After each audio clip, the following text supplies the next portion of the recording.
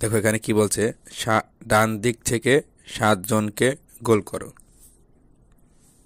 এখানে কি বলছে, ডান দিক থেকে সপ্তম জনকে গোল করো।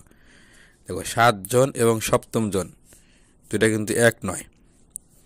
7 জন বলতে আমরা 7 জন লোককে বোঝাচ্ছি, এবং সপ্তম জন বলতে 7 নাম্বার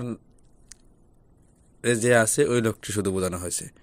দেখো এখানে কি বলছে, দেখো ডান দিক থেকে 7 জনকে গোল করো। তাহলে ডান দিক থেকে গোল 1 2 3 4 5 6 7, অর্থাৎ 7 জনকে গোল করো।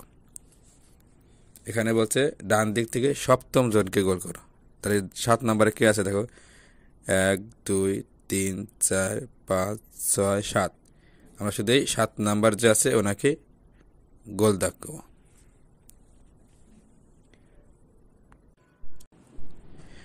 দেখো এখানে কি বলছে, একটি লাইনে শান্তি পেছন থেকে অষ্টম এবং শান্তির সামনে আরো 5 জন শিক্ষার্থী আছে। লাইনে কতজন শিক্ষার্থী আছে? অষ্টম মানে কত? 8।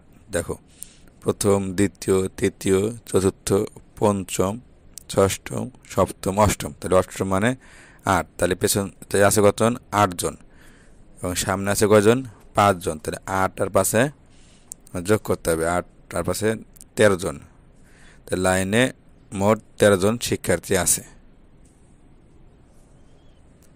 এখানে দেখো একটি লাইনে রাজু হচ্ছে সামনে থেকে ষষ্ঠ এবং পেছন থেকে তৃতীয়, সেখানে কতজন শিশু আছে? তাহলে রাজু সামনে থেকে কত? ষষ্ঠ, তাহলে 6 জন। পেছন থেকে তৃতীয়, তাহলে রাজুর পেছনে আর 2 জন আছে। দেখো প্রথম, দ্বিতীয়, তৃতীয়, চতুর্থ, পঞ্চম, ষষ্ঠ।